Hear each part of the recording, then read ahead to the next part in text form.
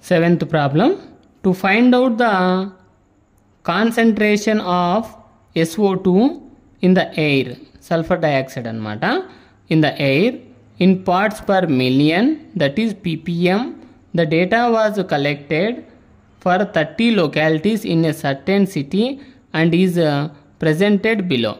So total number represent chesadu 30 localities.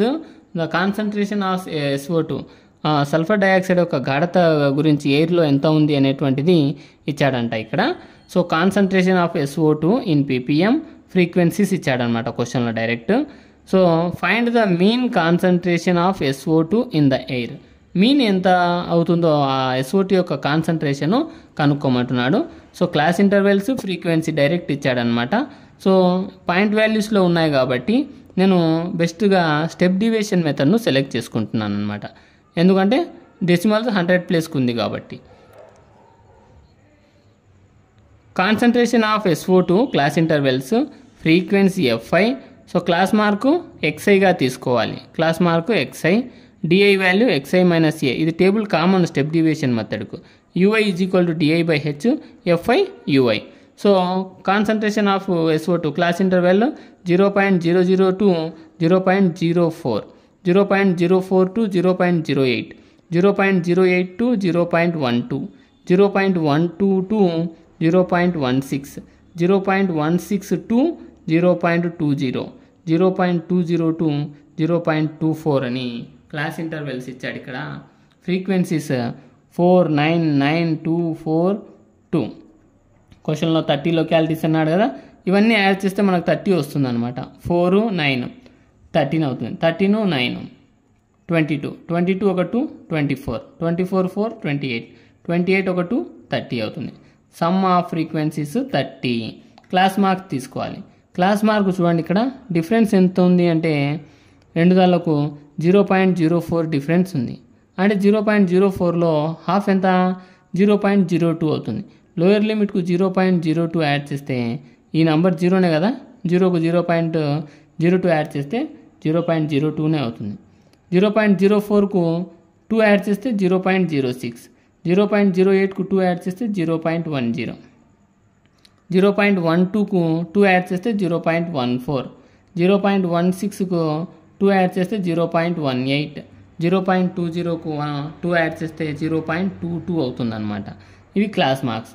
నేను దీంట్లో 0.14ను assume చేసుకున్నాను, అజ్యూమ్డ్ వాల్యూ ఏగా తీసుకున్నాను.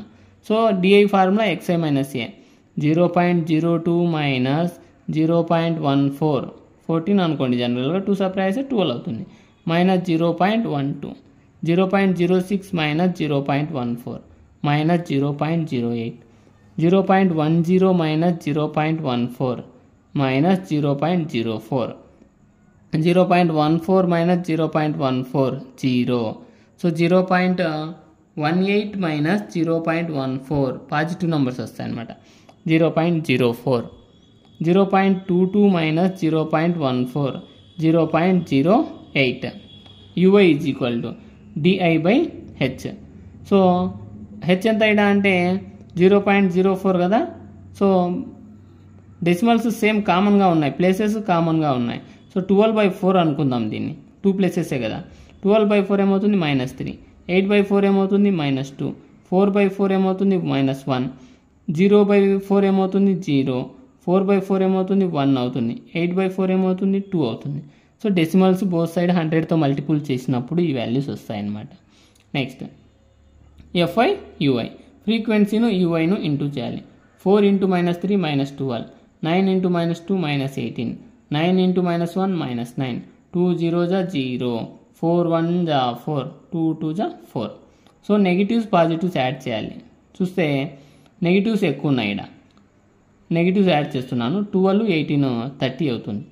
30 ఒక 9, 39, నెగిటివ్స్ -39 ప్లస్ 8 సబ్ట్రాక్ట్ చేస్తే -31 అవుతుంది. Sigma FI UI value.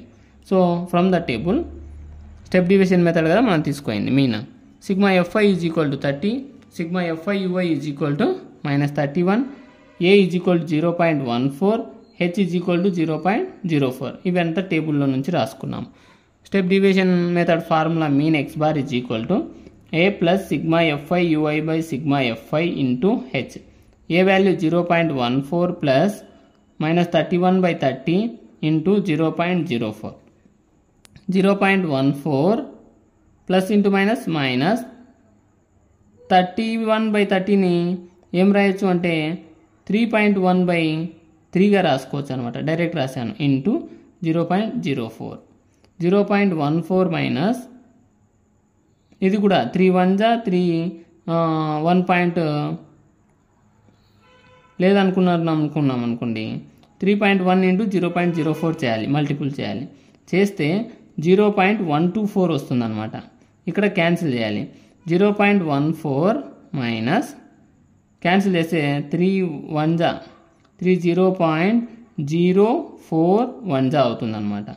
So subtract చేస్తే ఇక్కడేమో డెసిమల్ 100 ప్లేస్, ఇక్కడేమో 1000 ప్లేస్కి ఉంది. ఇది కూడా 1000లోకి రావాలంటే ఇక్కడ 0 యాడ్ చేసుకోవాలన్నమాట. అప్పుడు 140 అవుతుంది. 140లో 41 సబ్ట్రాక్ట్ చేస్తే 99 అవుతుంది. 0.099 అప్రాక్సిమేట్ వాల్యూ అవుతుంది అన్నమాట.